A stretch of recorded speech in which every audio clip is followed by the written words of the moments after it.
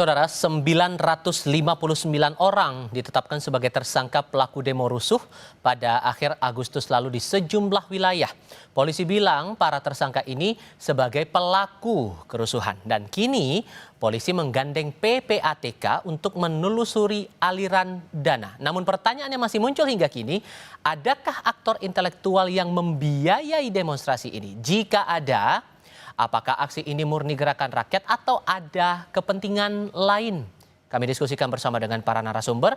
Lewat sambungan dalam jaringan sudah bergabung bersama kami Yunus Hussein, Kepala PPATK periode 2002 hingga 2011. Pak Yunus, dengan Tifal, apa kabar Pak?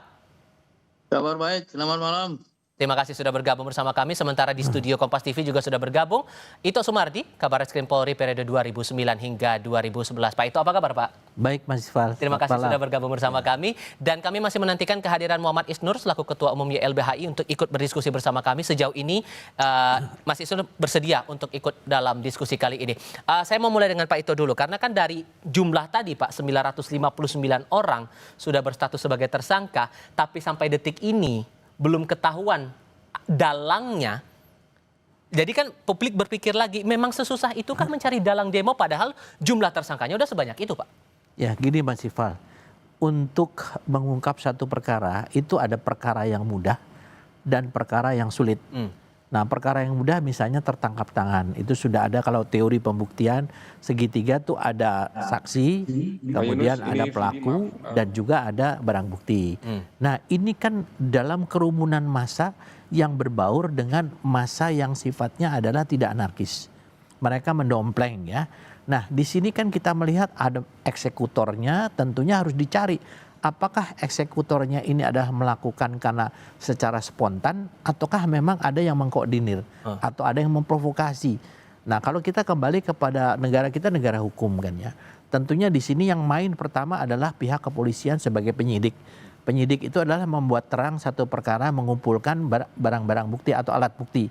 Sesuai dengan pasal 184 ayat 1 KUHP, 5 alat bukti antara lain adalah keterangan saksi sudah pasti ya. Keterangan tersangka, kemudian juga ada yang dikatakan keterangan ahli. Nah keterangan ahli ini adalah bagaimana polisi mengumpulkan alat bukti yang tidak terbantahkan. Salah satu diantaranya adalah dengan PPATK. Kenapa PPATK? Di sana kita akan melihat orang-orang yang terindikasi dicurigai sebagai mastermind-nya, maka dia akan diteliti atau ditelusuri apakah ada transaksi ataupun komunikasi yang bersangkutan dengan seseorang ya, transaksi keuangan ini hanya bisa melakukan melalui satu lembaga pemerintah yang memang itu legal ya, yaitu PPATK. Oh sorry, saya potong di situ. Nanti kita akan coba singgung masalah untuk penelusuran aliran dana. Cuman dari pengalaman Anda Pak, saat masih aktif menjadi anggota polisi waktu itu, hal apa yang jadi challenge, hal apa yang jadi tantangan kalau menemukan kasus seperti tadi, demo rusuh dengan jumlah tersangka untuk pelaku lapangannya udah ada, apakah memang sesulit itu? Apa tantangan yang dihadapi sebetulnya oleh penyidik untuk bisa menemukan dalang itu? Ya, jelas yang pertama eksekutor ini tidak akan mau membuka siapa yang berada di belakangnya, siapa yang membayar. Karena itu berjenjang tuh Mas ya. Mungkin kita melihat ya misalnya seorang mastermind ini dia di bawahnya tuh sudah mempunyai jaringan. Jaringan-jaringan ini yang mengumpulkan orang-orang untuk melakukan satu perbuatan yang sifatnya anarkis ya. Apakah membakar, menggulingkan mobil, menjarah. Ya itu mereka eksekutor di bawah. Di atasnya ada layer-layer yang tentunya saat ini dari teman-teman Barreskrim sudah memiliki siapa-siapa orang di sana. Sampai dengan apakah ini memiliki kaitannya dengan jaringan internasional. Nah kesulitan kita adalah bagaimana kita seorang sebanyak itu kita meminta keterangan kepada mereka satu-satu dan bagaimana menumbuhkan semacam satu keinginan atau kesadaran untuk mengakui. Nah itu kan sulit ya. Ditambah lagi ada 295 anak di antara 959 ini yang terjerat. Itu juga jadi challenge. Nah justru dari anak-anak inilah akhirnya mengerucut ke arah ke atas kepada siapa yang menyuruh mereka. Nah, sehingga polisi dari sana menetapkan seseorang menjadi tersangka. Kan menjadi seorang tersangka itu bagi polisi juga memiliki konsekuensi hukum kan. Kalau orang tidak terima dia bisa ke pra peradilan atau PT UN. Nah, sehingga polisi harus betul-betul yakin. Nah disinilah kita menggunakan namanya scientific crime investigation ya, atau investigasi penyelidikan dengan berbasiskan ilmiah, yaitu melalui digital forensik, pembicaraan melalui telepon, komunikasi.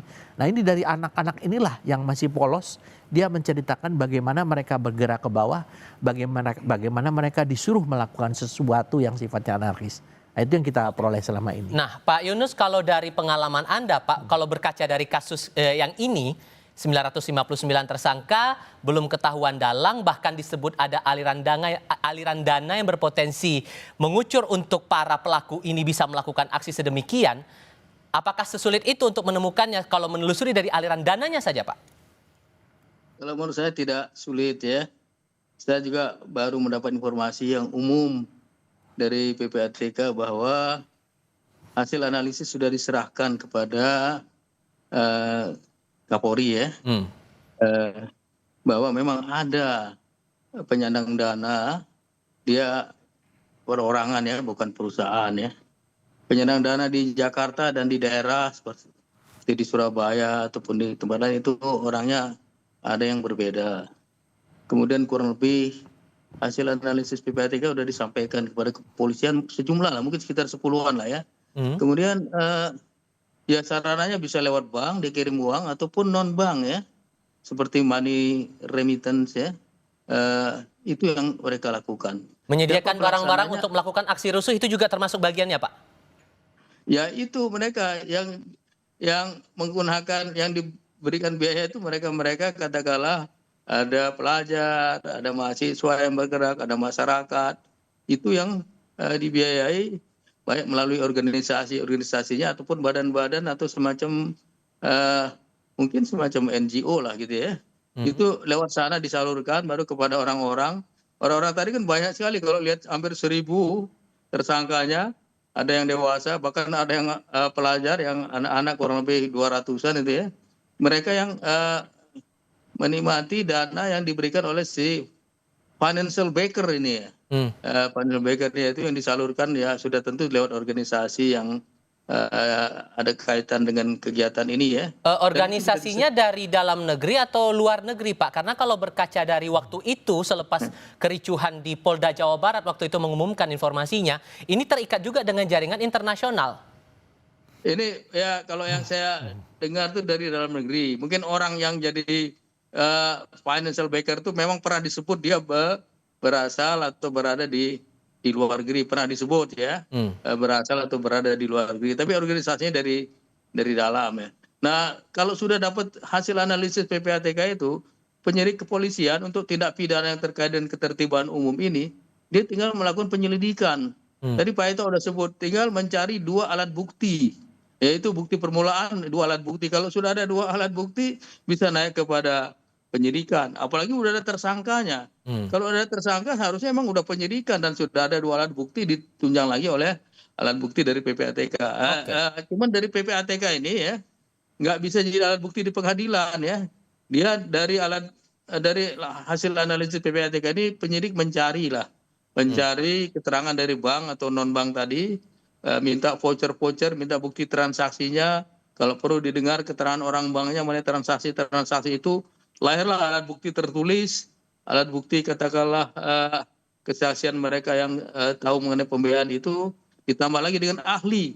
Sehingga kalau cari 2 alat bukti saya kira sudah cukup. Sudah bisa memang penyidikan dan sudah bisa ada tersangkanya. Sehingga batasannya untuk PPATK hanya sampai di situ ya Pak ya? Atau bisa lebih meluas lagi porsinya kalau kemudian polisi ingin bekerja sama dengan PPATK menelusuri aliran dana dan dalang dari kasus itu?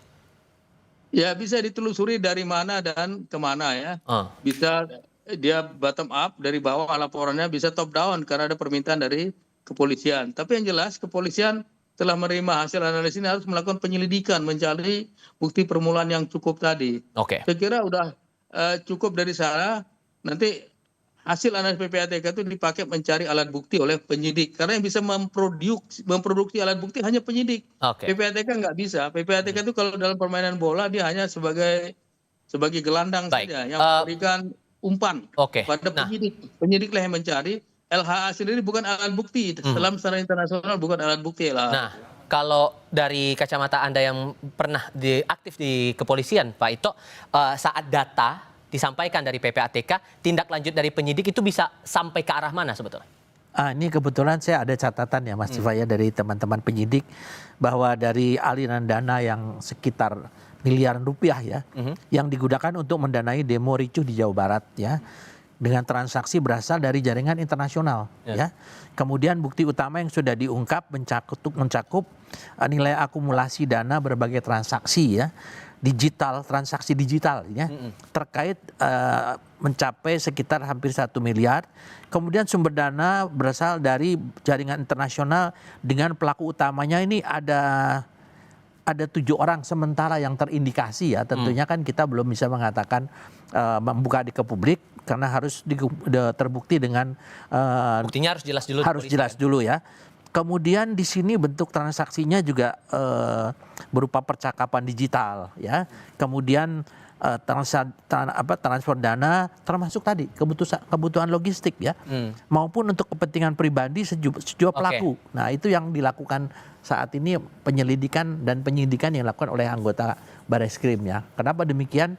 Karena ini kan kita sedang mengungkap satu kegiatan yang melibatkan di berbagai provinsi. Dan Anda melihat motornya ini kalau kemudian itu ada keterkaitan dengan jaringan internasional, motornya datang dari mereka atau justru datangnya dari orang tertentu yang ada di dalam negeri kita juga? Ya bisa, terkait ya. Jadi yang di luar ini dengan yang di dalam negeri tentunya memiliki koneksitas ya.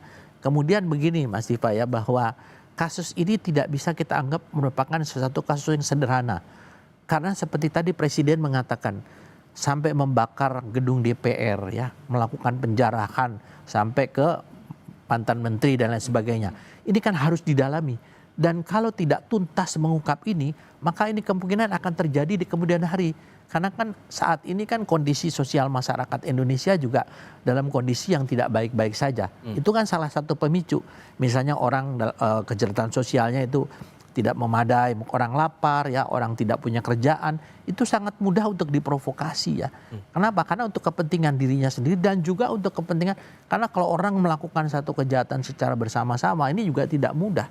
Beda dengan orang yang melakukan secara individu. Yaitu yang tadi saya katakan bahwa mengungkap kasus yang sekian ratus orang ini juga memerlukan satu energi yang besar. Tapi yang paling penting adalah bagaimana polisi bisa mengungkap mastermind-nya. Karena kalau sudah kepalanya dipegang, ya mudah-mudahan untuk kedepannya jangan sampai terjadi peristiwa kemarin pada saat Agustus itu. Tapi ya balik lagi, kalau tergantung dari para tersangka ini mau mengaku siapa yang menggerakkan mereka, kan balik lagi ke sana kan Pak? Ya pasti, karena kan di dalam KUHAP disebutkan setiap orang itu punya hak untuk tidak menjawab atau tidak menceritakan hal sebenarnya. Nah ini juga kan menyangkut masalah HAM ya. Tentunya kita juga ingin melihat bahwa jangan semata-mata bahwa kita karena dengan alasan HAM sehingga kasus ini kemudian menjadi bias ya atau tertutup sehingga akan terjadi lagi di kemudian hari. Nah di sini perlunya kita melibatkan juga teman-teman dari unsur HAM ya agar mereka juga memahami ya. Oke, karena ada dugaan jaringan internasional juga yang bermain di sini Pak Yunus, kalau Anda melihatnya cara untuk menelusuri, mengolah data, mencari, mendalami, dan menindaknya, apakah akan terkendala karena ya batas jarak kemudian dengan otoritas tertentu juga yang punya aturan sendiri untuk penindakannya? Kalau minta informasi saja dari negara tetangga seperti Malaysia, Singapura, Thailand, Filipina, Amerika, Australia, kita punya MOU semuanya untuk bertukar informasi. Jadi kita bisa minta informasi dan dia ada kewajiban bersama anggota Egmont Group ya, perkumpulan PPATK sedunia, dia ada kewajiban untuk menjawab inquiry dari Indonesia. Jadi kalau untuk informasi tidak ada masalah.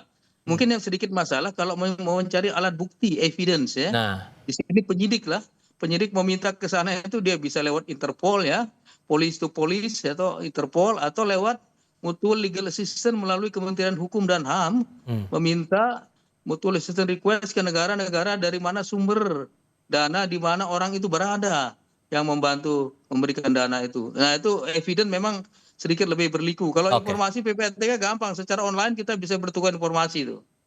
Oke. Dan yang juga menarik dicermati adalah pertanyaan atau pernyataan dari pihak Bareskrim Polri yang menyebut untuk penelusuran aktor intelektual di balik demo rusuh ini pembuktian lewat proses saintifik.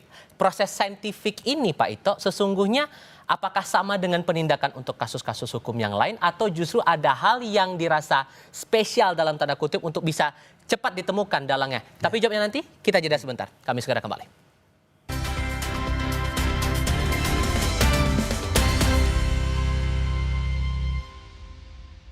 Viva melewati 7 tahap nanopurifikasi, menjaga dan memastikan setiap tetesnya mengandung mineral baik yang diperlukan tubuh, sehingga begitu sejuk di tiap teguk. Aku Viva, murni, alami dari Wingsfood. Baru Good Day Latte Original dan Butterscotch.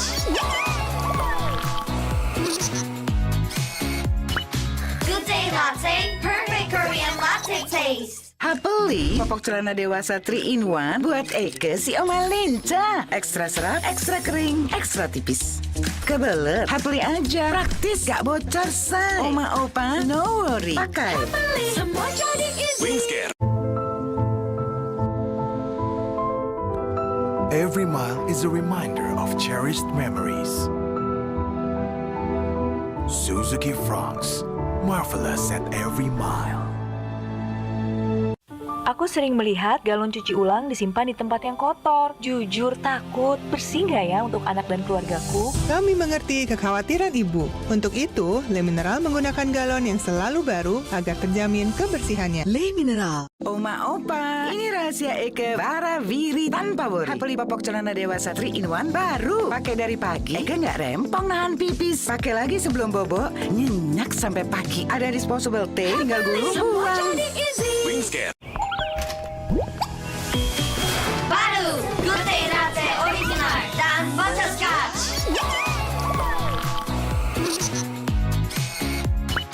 Good Day Latte, perfect Korean latte taste. Kenapa aku pilih Le Mineral? Soalnya cuma ini nih yang masih ada segelnya. Debu jadi nggak akan masuk di sela-sela tutup botolnya. Benar, Le Mineral disegel secara khusus sehingga terjamin kebersihannya. Le Mineral.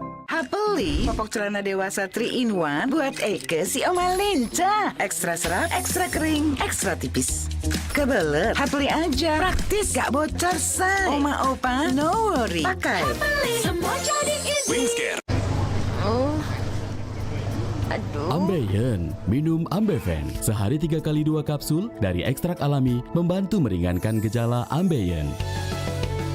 Atasi Ambeien dengan Ambeven. Diproduksi oleh Medicon.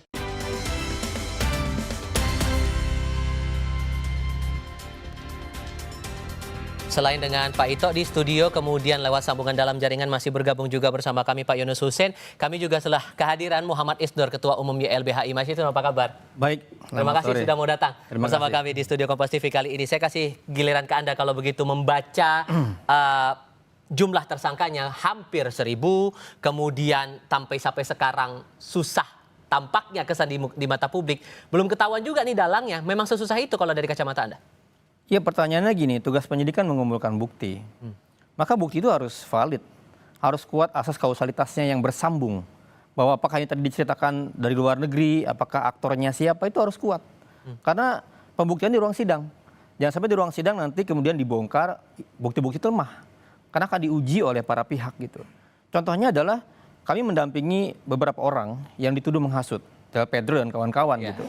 Di dalam kapasitas kami melihat tidak ada yang salah karena dia menyerukan tentang hak untuk berdemonstrasi, kemudian menawarkan bantuan hukum, tapi dituduh menghasut gitu.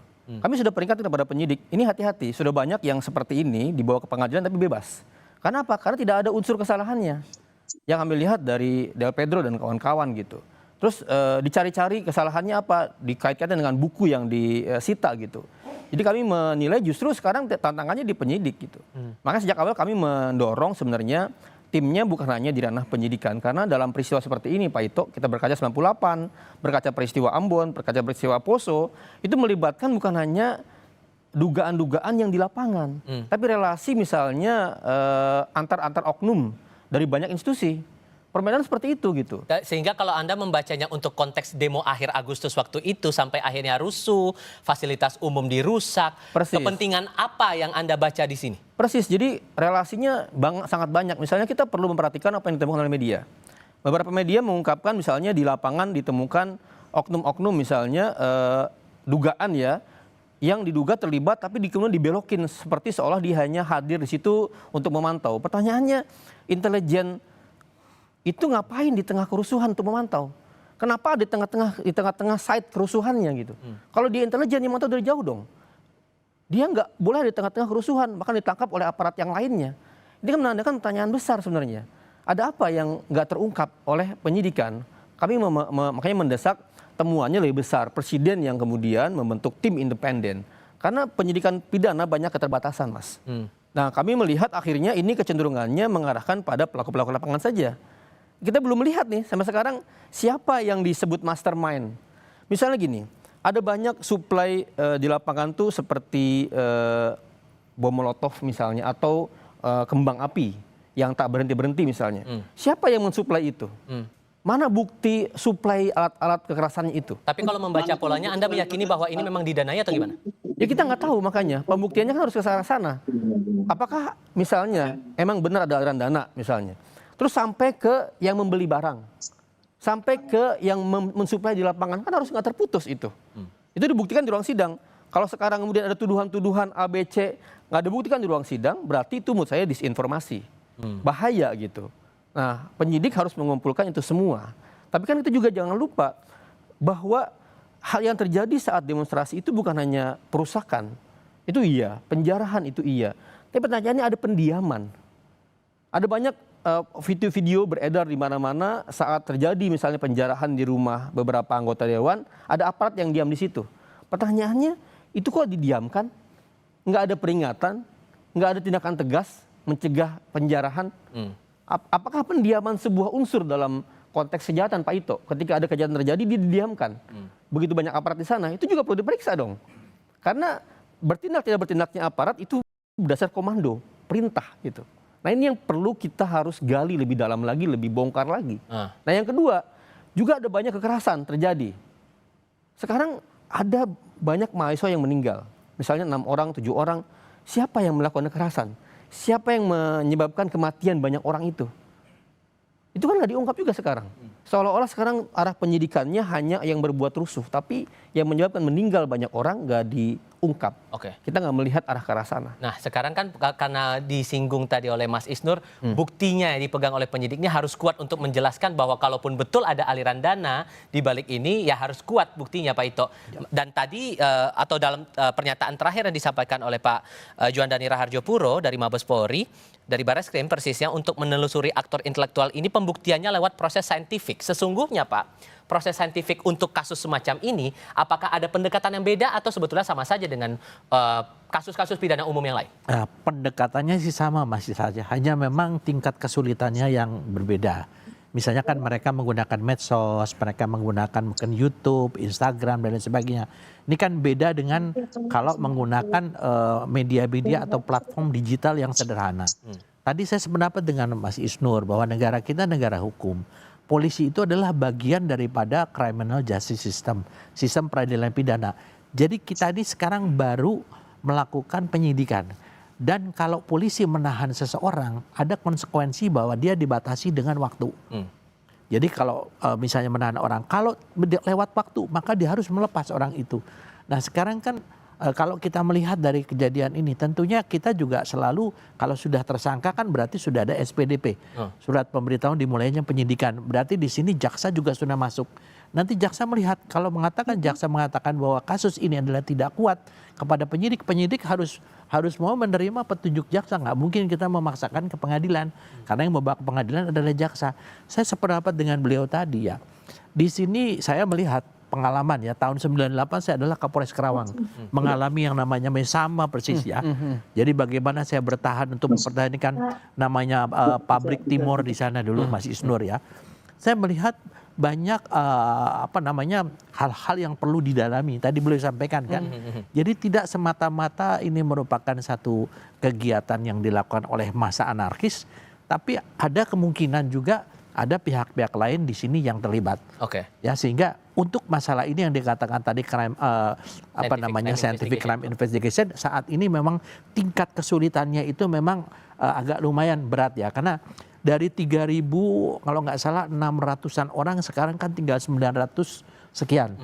Sebagian sudah dilepas Mas ya. Iya. Tapi dilepas pun juga mereka itu ada satu catatan di dalam kepolisian itu ada mapping orang ini memang terbiasa demo nggak. Kalau demonya demo mahasiswa, itu demo yang istilahnya yang sangat pasif dan juga damai ya. Tetapi yang demo yang aktif atau demo yang ini ada yang anarkis ini yang tentunya harus dipetakan oleh polisi gitu. Nah, kalau menurut Anda Pak Yunus, membaca kasus ini yang terbilang cukup kompleks sebetulnya karena kan pembuktian terlebih masalah jaringan internasional itu yang harus dibuktikan, maka proses penelusurannya harus mulai dari mana dan gimana cara untuk menindaklanjuti itu kepada polisi? Jadi ada dua hal yang harus dikombinasikan. Pertama, menelusuri transaksi. Ini dibantu oleh PPATK dan bisa kerjasama dengan PPATK negara lain, di mana kebetulan kita udah banyak sekali kerjasama. Dan di dalam perkumpulan PPATK sedunia yang anggotanya 170 sekian negara itu, mereka bisa memberikan informasi kalau kita minta, karena hukumnya wajib. Itu yang pertama ditelusuri. Yang kedua, informasi lewat media sosial, lewat WA dan lain sebagainya. Dan nanti dikaitkanlah komunikasi dengan transaksi ini, pasti ada nyambungnya. Karena kalau transaksi saja belum berbunyi. Kalau WA saja, komunikasi saja belum berbunyi. Tapi kalau disambung dengan uang, bisa nyambung. Oh ini ternyata yang jadi financial backer-nya. Oh ini yang dibiayai, yang diongkosin oleh katakanlah cukong ini. Dan itu kalau menurut saya ini termasuk ya dalam pengertian saintifik. Follow the money dari suatu tindak pidana. Dengan menggunakan financial analysis, kita itu pakai aplikasi itu ya. Pakai aplikasi Go AML ya, bukan manual lagi itu. Dan dengan banyaknya informasi ya, baik yang ada dalam database PPATK maupun dari laporan-laporan yang masuk ataupun laporan-laporan yang diminta, saya kira kalau untuk menelusuri selama mereka itu membayar lewat bank dan non-bank seperti remittance itu masih mudah. Terlepas bahwa Yang itu susah ada adalah kaitannya kalau dengan tunai. jaringan internasional, Pak. Karena ada kekhawatiran di publik kalau betul ada jaringan internasional yang terlibat, jangan-jangan nanti akan ada penyesuaian lagi dengan kebijakan otoritas di negara yang bersangkutan misalnya. Untuk kita bisa menindak di sana. Internasional bisa meminta informasinya, cuman kalau mencari alat bukti memang kepolisian sebagai penyidik meminta bisa police to police atau mutual legal assistance ke negara tetangga itu. Itu memang memakan waktu. Tapi kalau hanya informasi mengenai transaksi itu tidak pakai MLE, bisa diminta. Karena kita ada kerjasama, ada MOU, dan sesama anggota Egmont Group tadi harus bertukar informasi. Jadi kalau nggak mau bertukar informasi malah bisa diberhentikan kita dari anggota Egmont Group ini. Jadi kalau untuk itu saya optimis ya. Cuman masalahnya adalah bagaimana mencari evidence-nya yang akan dijadikan alat bukti di pengadilan, karena itulah yang bisa memutuskan seseorang nanti bersalah apa tidak. Karena kalau transaksi saja, apalagi dari PPATK punya produk PPATK hanya hasil analisis dan hasil pemeriksaan, dia bukan alat bukti, nggak boleh, karena dia produk intelijen. Penyidiklah, polisi lah yang mencari alat bukti berdasarkan informasi dari PPATK tadi, baik dari dalam atau luar negeri gitu. Nah, sekarang jadi penyidik penting sekali peranannya. Oke, dengan tantangan seperti itu Pak Ito, berarti kan nggak main-main juga nih urusannya. Jaringan internasional belum lagi menyesuaikan dengan otoritas tempat. Kalau kemudian itu terbukti, menguatkan posisi bahwa ya ini buktinya jelas sampai ke pengadilan pun bisa tidak terbantahkan, kasarnya begitu. Ya. Harus sebagaimana detail nih polisi mengusut ini semua. Tadi disampaikan Mas Isnur ya, bahwa alat bukti itu yang akan dibawa ke pengadilan itu harus betul-betul bisa dipertanggungjawabkan dan tidak terbantahkan. Karena apa? Kalau sampai misalnya di sana dinyatakan tidak kuat dan kemudian yang bersangkutan dibebaskan, maka ada konsekuensi hukum juga bagi pihak kepolisian ya. Bahwa satu dari segi tentunya dari kinerjanya tidak profesional ya. Yang kedua seolah-olah mencari kesalahan seseorang itu dijadikan tersangka hanya untuk mengaburkan, tadi disampaikan Mas Isnur juga yang sebetulnya ada hal-hal lain yang lebih dalam di sana ya. Tapi kalau membaca bukti yang ada sekarang untuk 900-an tersangka itu bisa merujuk nggak kira-kira ke arah sana Pak? Atau masih terlalu jauh? Kalau menurut saya dari hasil penyampaikan dari teman-teman di Barreskrim mereka sudah kuat ya.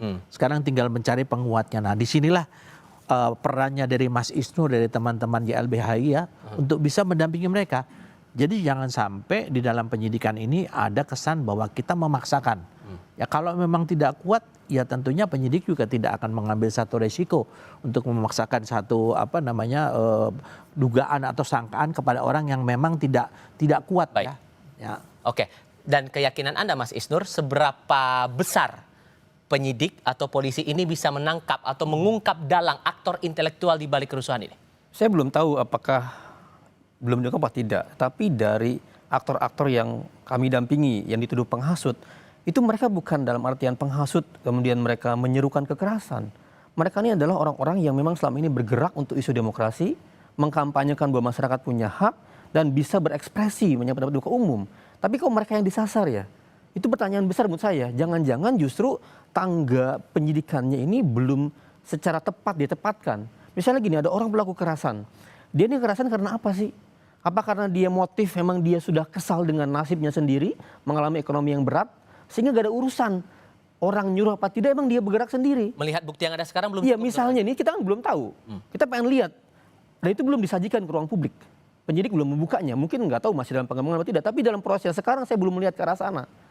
Mungkin ini masih rahasia ya karena penyidikan ya. Belum tahu. Tapi di orang-orang yang disasar adalah aktivis, pegiat demokrasi yang selama ini mengkampanyekan hak asasi manusia. Mengkampanyekan perlindungan orang untuk berdemonstrasi. Dan mereka tidak bersalah di situ gitu. Nah yang penting adalah digali sejauh mana kausalitasnya. Misalnya orang berdemo, orang melakukan kekerasan misalnya, orang melakukan pembakaran. Pertanyaannya orang ini siapa? Adakah yang mengkoordinatori dia? Kalau ada, siapa koordinatornya? Ditangkap dong koordinatornya dong. Oke. Siapa yang menyuplai misalnya bom molotovnya? Di mana buat bom molotovnya? Nah bom molotov dicari siapa yang mendanai buat bom molotov.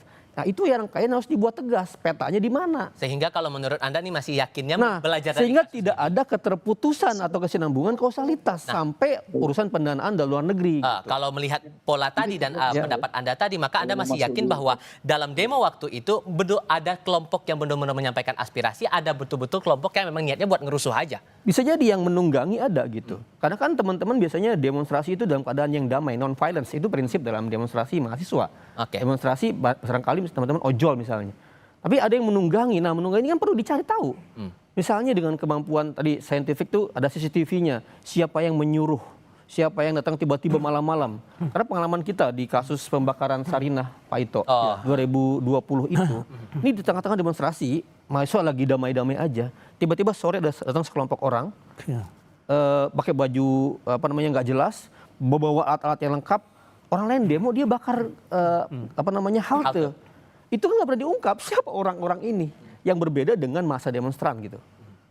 Nah kami khawatir sebenarnya yang nggak diungkap adalah jejaring ini yang sampai ke atas. Dan saya mendorong untuk siapapun ya yang terlibat, walaupun dia misalnya melibatkan orang dalam, melibatkan oknum-oknum di berbagai institusi, ungkap ke situ sebenarnya. Harus sampai ke situ. Iya dong. Pembuktian itu tadi ya, kalaupun betul ada jaringan itu ya buktikan dengan bukti yang memang solid sehingga bisa dipertanggungjawabkan di pengadilan itu tadi. Mas Isnur, terima kasih. Pak Ito, terima kasih sudah datang ke studio Kompas TV. Pak Yunus, terima kasih banyak sudah bergabung lewat sambungan dalam jaringan bersama kami. Sehat selalu semuanya. Selamat malam. Sama-sama. Dan kami akan hadirkan informasi lain untuk Anda usai jeda, termasuk soal 1,9 juta keluarga penerima manfaat yang dicoret dari daftar penerima bantuan sosial tahun 2025. Tetap di Kompas TV. Bapak, terima